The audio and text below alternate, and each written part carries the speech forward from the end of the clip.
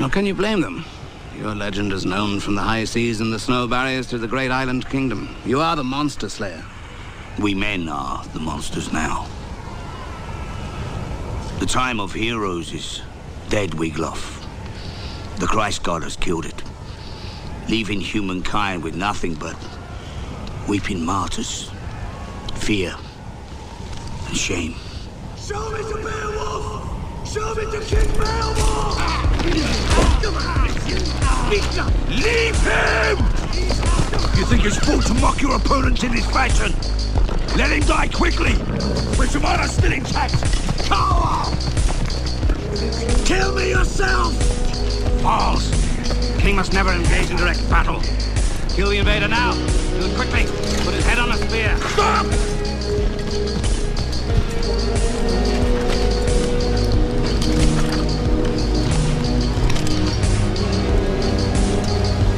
My lord, the king must not engage in direct battle. Let him up.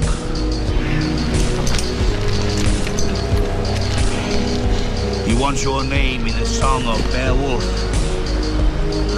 You think it should end with me killed by some Frisian raider with no name? I'm Finn of Frisia, and my name shall be remembered forever! Only if you kill me. Otherwise, you're nothing. You think you're the first to try to kill me? Or the 100th, Well, let me tell you something, Frisian. The gods will not allow my death by your feeble blade. The gods will not allow me to die by a sword or be taken by the sea. The gods will not let me pass in my sleep ripe with age. Plant your axe here, Finn of Frisia. Take my life. Someone! Give him a sword ride! Go what? Kill me? Well, kill me! Do it! Kill me! Kill me!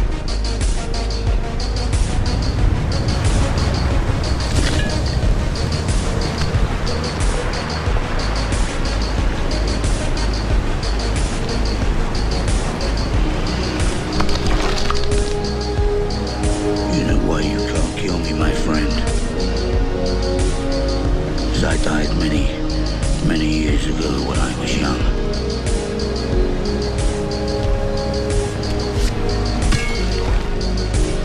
Give him a gold piece and send him home.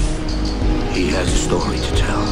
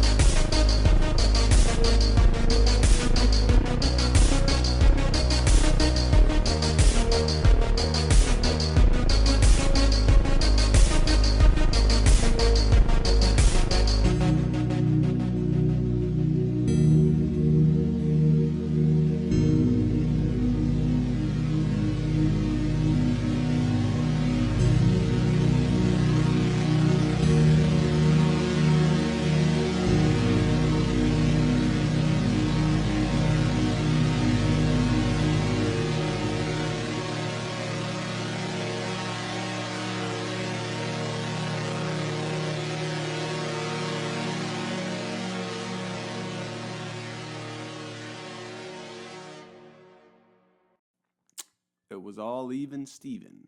Okay, you should take your life very seriously, but I have the leisure of being able to joke and play and mess around because I look very serious all the time.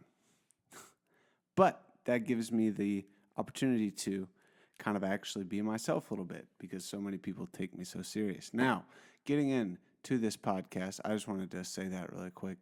We're going to be talking about life and men of distinction. That's why, instead of aiming for a perfectly balanced life, you should aim to have a mind that is sturdy enough to endure the highs and lows of a real one. This is what bothers me about self-improvement. Everyone wants to chase the highs and peace and the meditation retreat in the mountains without realizing what the real test of balance is, how well you handle failure and chaos, getting thrown off your routine. What bothers me about self-improvement is that it was created by people who are so far removed from the reality most of us live. Self-improvement. I've said this before. Self-improvement is masturbation, mental masturbation. If you don't actually get gritty enough, if you don't actually stay committed to it. You know, it's great to read all that jazz and feel all hyped up. But if you don't do anything with it, then it's just a bunch of horse shit. Knowledge is useless unless it is applied in a practical manner. Yes. So with that thought, getting thrown off, it's like having a mind that is ready for the like when I read that the first time, it stayed with me a lot more because I realized like, okay, this is really what I need to be training for. Yeah, like the gains are great. Yeah, the knowledge is great. Yeah, the skills are great. All that's great. But how is my mental? Because if you don't have your mental, then you're fucked. Is my mental game strong? Fall down 7 times, get up 8. You know what I'm saying? The mental aspect of things is where a lot of people is what a lot of people leave out. A lot of people leave that out and forget about it because they hadn't done it. So to have the resiliency in your mind that's going to keep you pushing through adversity, it's going to give you the tenacity to penetrate the mental walls of barrier to enter, barrier of entry to the next level. Personally, I have torn down a lot of mental walls of barrier. I've done that through cardiovascular exercise. Those are the biggest ones I've ever challenged, I've ever done, man. I'm talking 30-mile weeks, 30 miles of running in 1 week. That's just one. I mean, I'm not David Goggins over here. I'm not Arnold Schwarzenegger. I'm just saying that's one I have done. I have done a lot of running in the past, and obviously I work out now. But there's many other, mental mental barriers you can break down. It doesn't have to be exercise. It can be just doing something that's really fucking hard. You know, making a great shot with a gun. You know, and doing it 2, 3, 4, 5 times in a row, maybe. I don't know. You know, anything that that you've had to train physically and mentally for it. And you've said, wow, that took the mind and the body and the spirit and the muscle memory. Alrighty. So one of the biggest things, look, this is another thing I want to talk about. It's really actually changed my life a lot recently. I've just started doing this recently. I've been reading this book, and then I'm now rereading the book for the second time. There's a quote, you know, you can't judge. You're a different person the second time you read something. The first time you read a book, you're Joe Blow. The second time you read a book, you're fucking Bruce Wayne. You know, the second time you read something, you're a totally different person. But the thing that I've discovered is thought loops. You have to start brainwashing yourself. The masses choose to be brainwashed by negative, mediocre influences. You, on the other hand, you are a high-value person, a high-value man, someone of substance, okay? Someone that can think for themselves. If you weren't, you wouldn't be listening to this. You create an echo chamber of badass thoughts, energy, and actions. It's the easiest way to win, literally. We all know that our minds wander. Like, you have to think of your mind and your brain as like an engine, as a tool that's there for you that's there to help you out. I mean, it's obvious, but you'd be surprised. A lot of people are fucking retarded, bro. Like, when you're in an awkward situation, when you're in a socially nervous situation, when you find yourself getting nervous, when you find yourself getting off your path, off where you want to be mentally, okay, what do? You sit there and fuck up, go, bleh. No. What do you do when you fucking trip? When you kind of stumble around physically when you're walking, what do? You fucking straighten yourself back out and you keep on fucking walking in the straight line you need to go to. What? You should do the same thing mentally, okay? A lot of people just don't know how to do it. Okay? Look, what I do as I sit here is something crazy is going on and you know, there's tension in the room and someone's trying to laugh at me and somebody's, you know, might have said some dumbass, you know, negative shit to me or whatever. Someone's trying to test my frame. I sit here, I chill out, deep breath in. I love myself.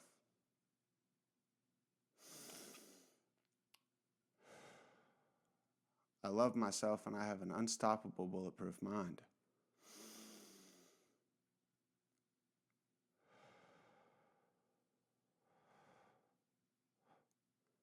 I love myself and I have an unstoppable bulletproof mind. My confidence is internal and unscathed, even in the darkest of nights.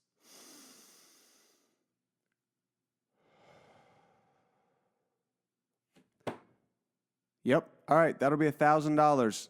Yep. I take Venmo, Cash App, whatever you want. $1,000. Thank you. Bro, that's how you win. That right there, what I just showed you, that's the gold. A lot of people won't even use it. A lot of people will listen to this and go, I'm going to watch Netflix. You know, like a lot of people will not even use that. What I just showed you is literally the difference between crushing your goals and fucking hitting the shitter in life. You know, Literally. It's not all going to work in a week. It's not all going to work in 3 days for you. No, but you take what I just showed you and you implement it in your life over, 2 weeks, 3 weeks, a month. It's astronomical, bro. It's astronomical. I'm very serious on that. Really, it does help a lot. And if you're not doing it for yourself, you're losing. You're losing. And it's not just thought loops. Thought loops are for the times when your brain is wandering. You can tell. You can look at a person and you can tell. And you can say, okay, what does this guy do with his wandering thoughts? Let's see. Hobbies. Okay. Thoughts on this? All right.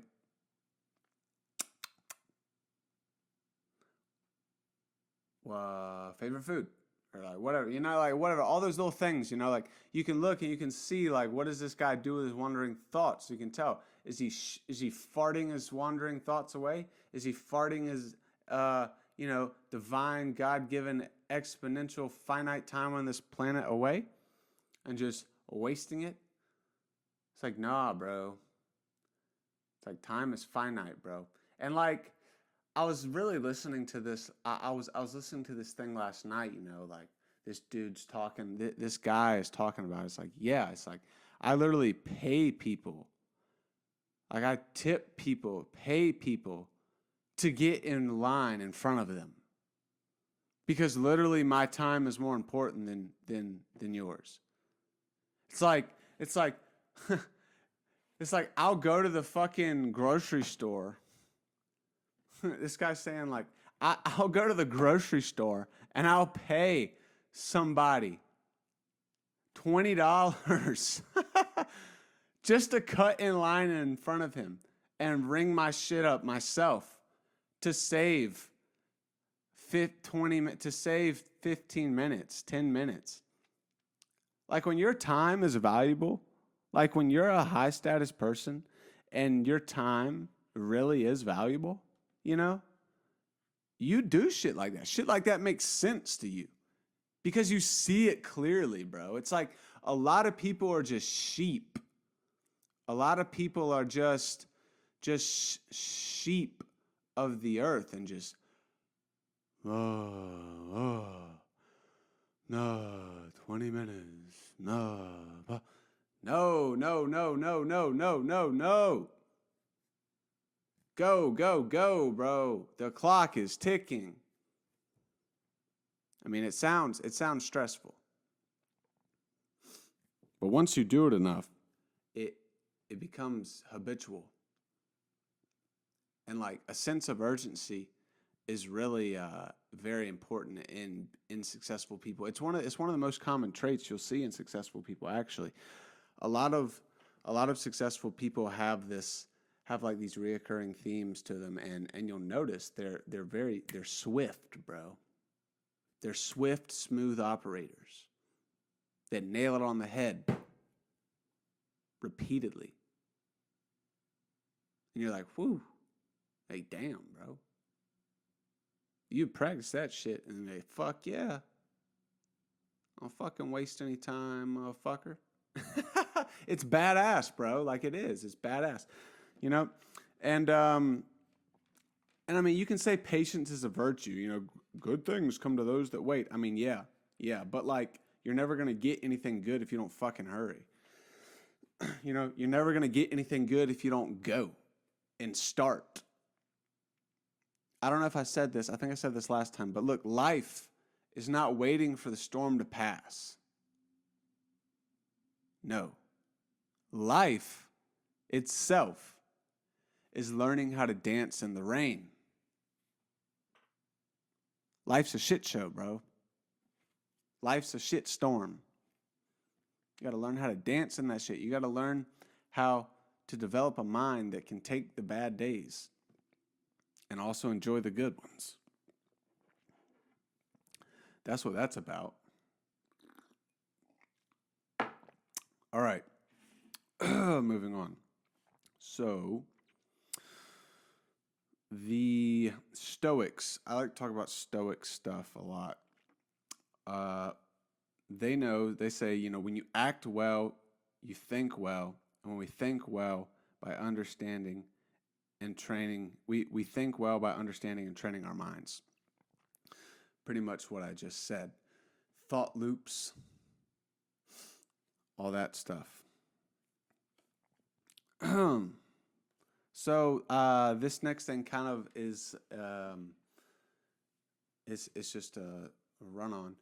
So the mix of acceptance and non-acceptance may sound like a contradiction. We can make sense of it by making a distinction between levels. Athletes struggle to perform well in each match, but they don't resist the struggle or resent the rules. Instead, they love the game.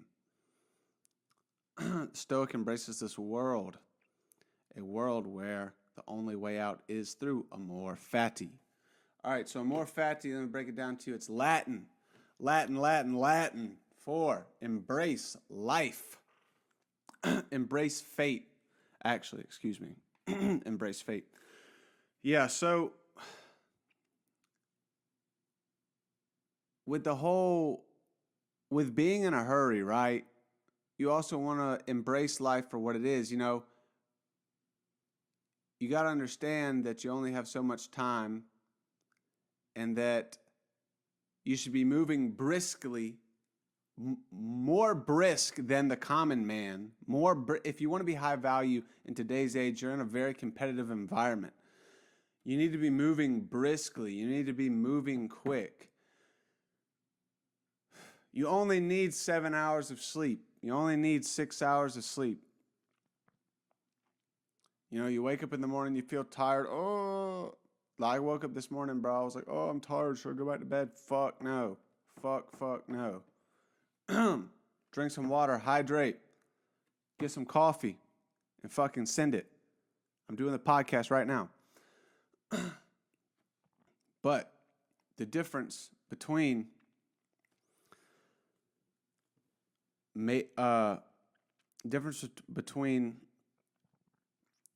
acceptance and non-acceptance is you gotta. It's pretty much amor fati is just loving the process. That's pretty much all it is. It's just another. It's just another way of saying loving the process to success. While what I said earlier is just rewiring your brain. Yeah, you wanna rewire your brain while you love the process and you want to do it quickly. You don't want to rush and over stress yourself. But if Joe Blow's moving through life at 5 miles an hour, you better be moving at least 10. At least double time of what Joe Blow is. That should be your goal. Yes. Yes, it should. Most deaf. Okay. All right. So I'm going to talk about, let me see. This is what else I'm going to talk about right here.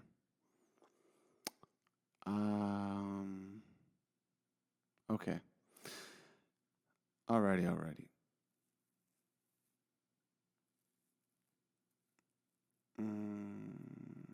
Okay, I'm going to talk about this. I'm going to talk one more thing, and then I'm going to move on to the last point, and then I'll be done. All right, so I want to talk about, okay, so with everything I just said, now I'm going to zip a little bit to the other end, and I want you guys to listen to this because I think it's really important, and a lot of people do it. And it's really stupid, and you need to stop.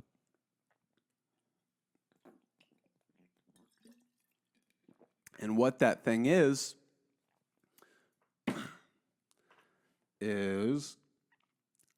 people see themselves through other people's eyes. Very mediocre. Mediocre! In the words of Immortan Joe, mediocre. Yes, I'm a little crazy. I get that. All right. But look, when you see yourself through other people's eyes, that shit is very average. Don't do that. External opinions increase/decrease the performances of people. It differs.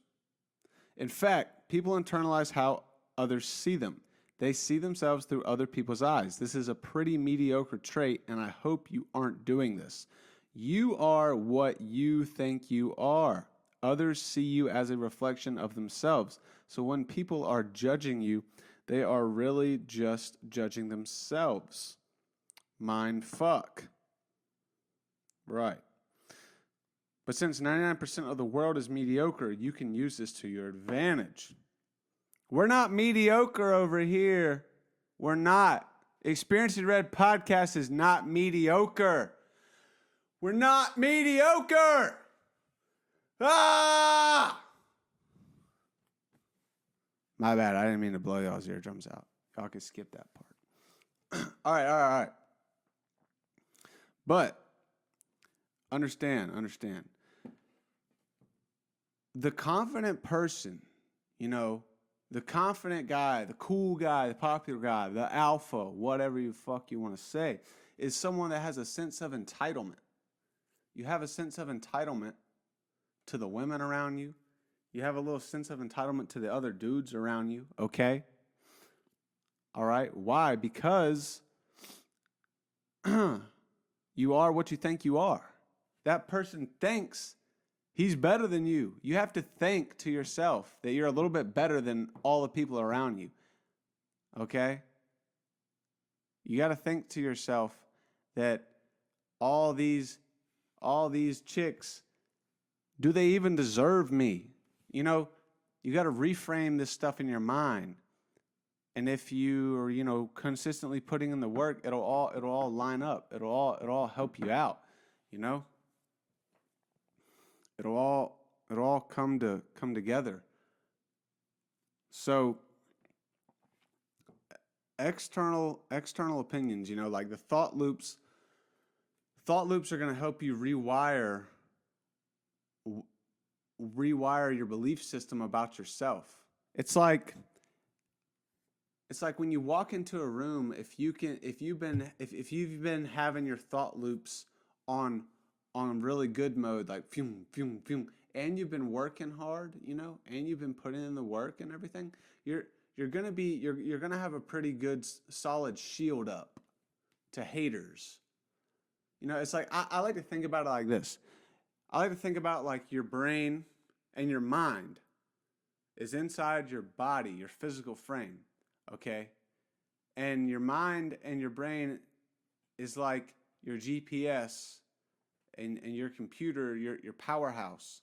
And then your body is your fighting mechanism and how you move, okay? Like obviously. And then in the Western world, in the civilized world now, it's like we all have our brains and we all have our bodies, right? And physical violence is less common because obviously you go to fucking jail. We're not in the ancient world anymore where you can just say, "You hither, duel." That'd be fucking crazy. Or the Wild West, like, "Go 10 paces. Pow!" That'd be fucking crazy, bro. What if you could just challenge somebody to a fucking duel? They had indoor ranges. Oh, you don't like somebody? It's only dudes, only guys. You can go challenge somebody to a fucking duel in like an inside range. You pow! You just turn around. And that'd be fucking ridiculous, dude. Oh my fuck. Oh my god. But anyway, look, we're in the Western world. Continuing what I'm on, we don't have to have physical violence that much. So you have your brain and your body, and then there's this thing called psychological warfare, right? Okay, look, psychological warfare is gay as shit. That's what it is. But it's got to be played. It has to be played.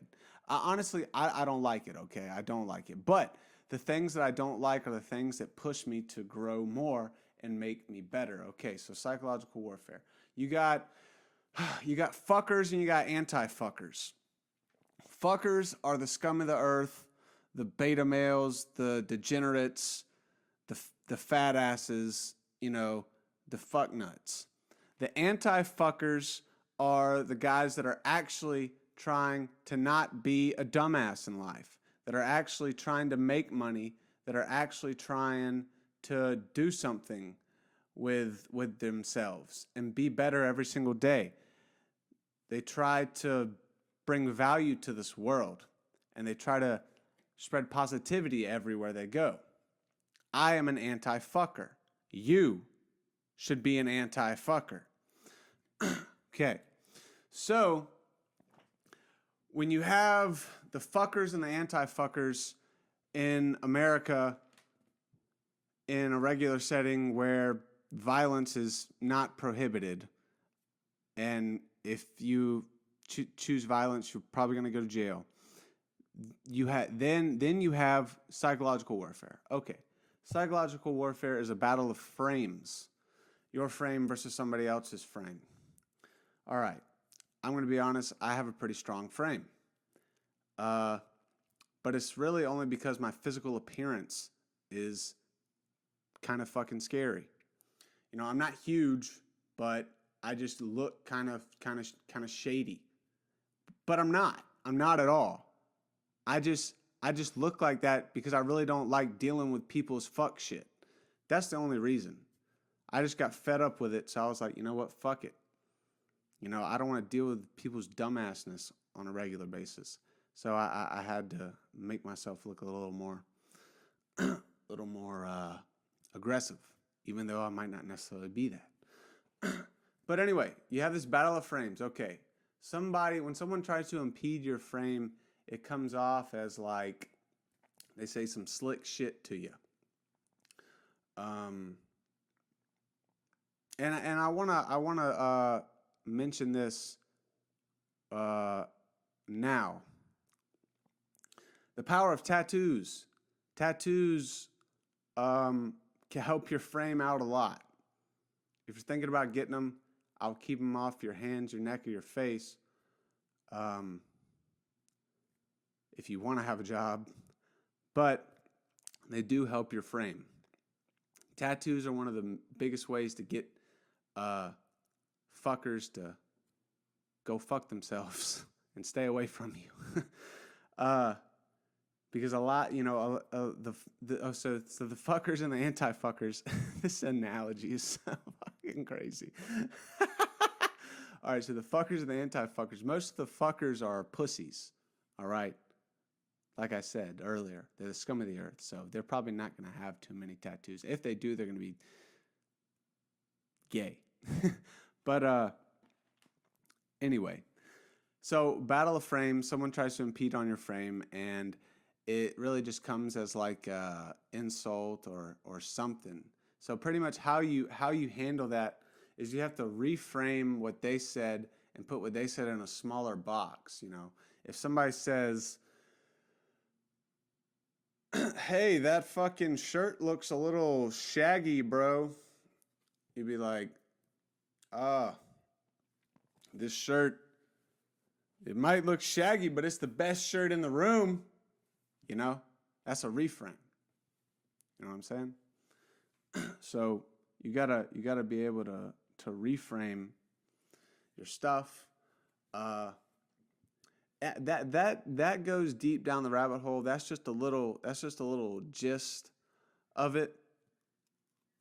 That's just a little my little interpretation. I could go deeper down the rabbit hole on that, and I could write some notes, and I could really get into it, but probably not going to do all that today. But I just want y'all to understand the general idea, like psychological warfare, like learn it, figure it out. As a high value guy, you're gonna have to be ready for physical conflict and psychological conflict. Because if you lose psychologically to people, they will, it's not good because then they'll manipulate you. Okay? And nobody wants to be manipulated. Although manipulation happens all the time. But manipulation used when positively is good for everyone.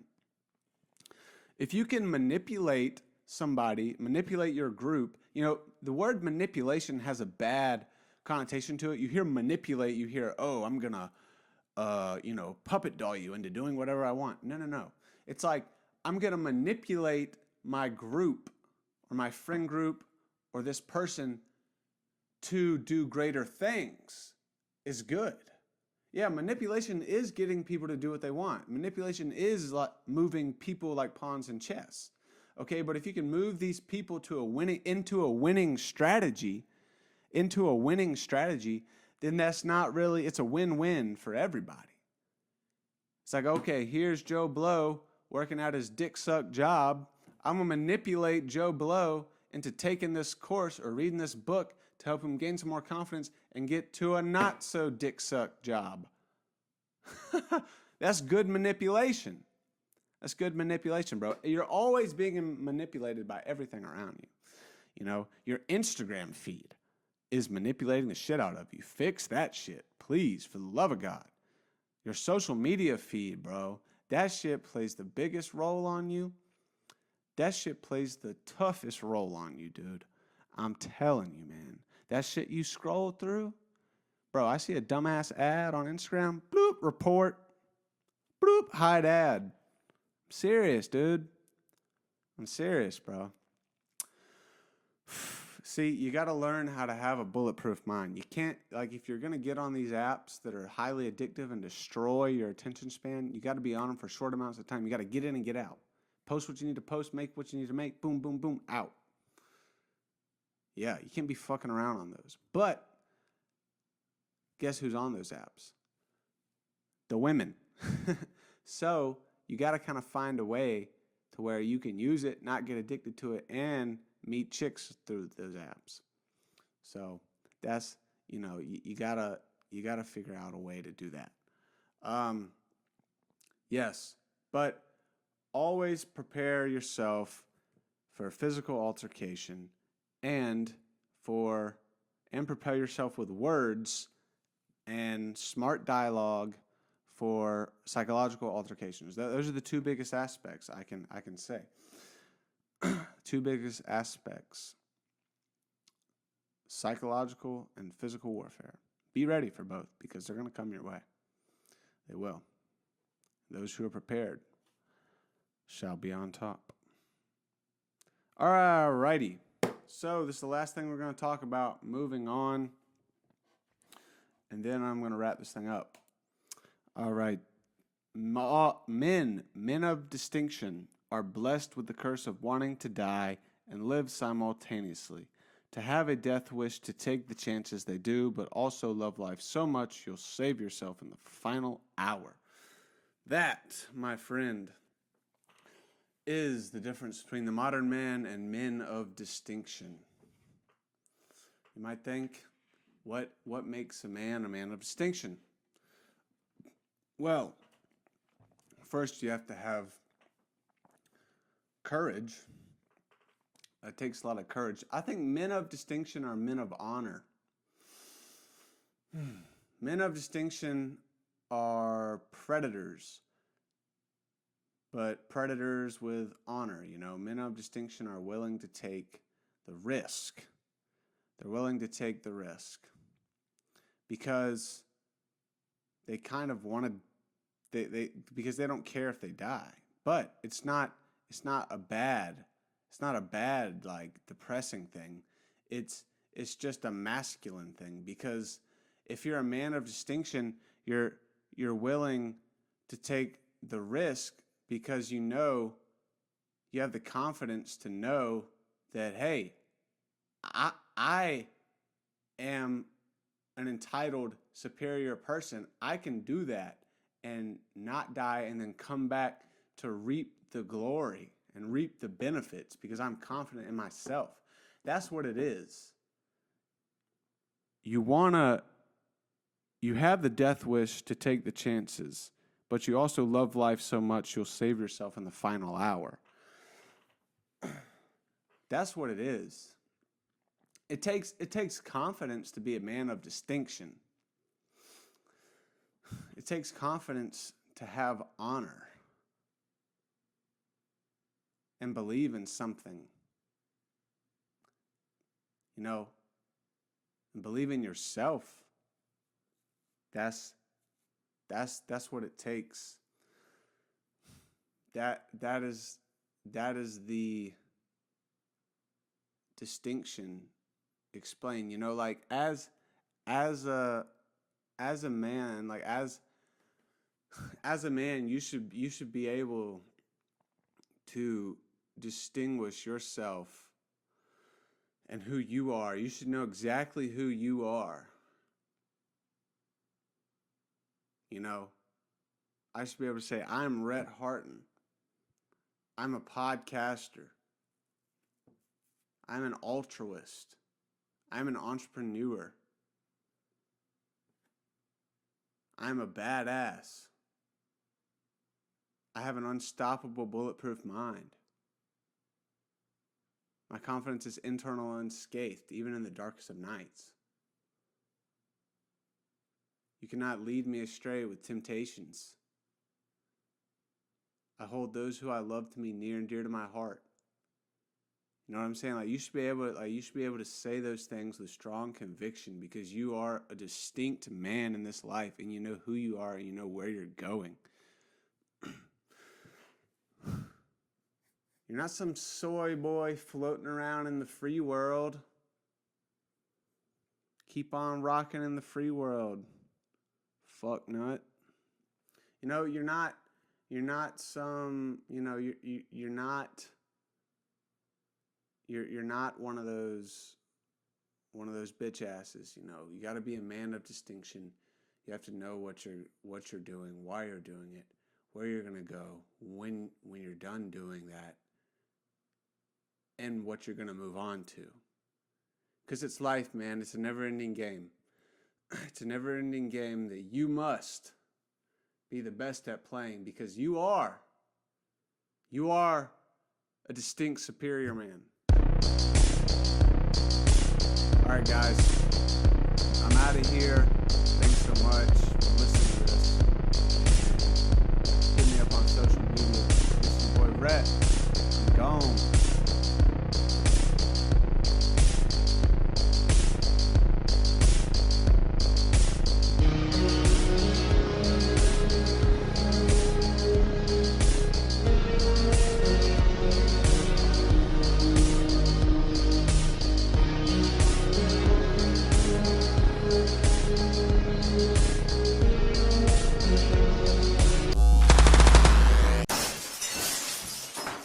Experiencing Rhett Podcast.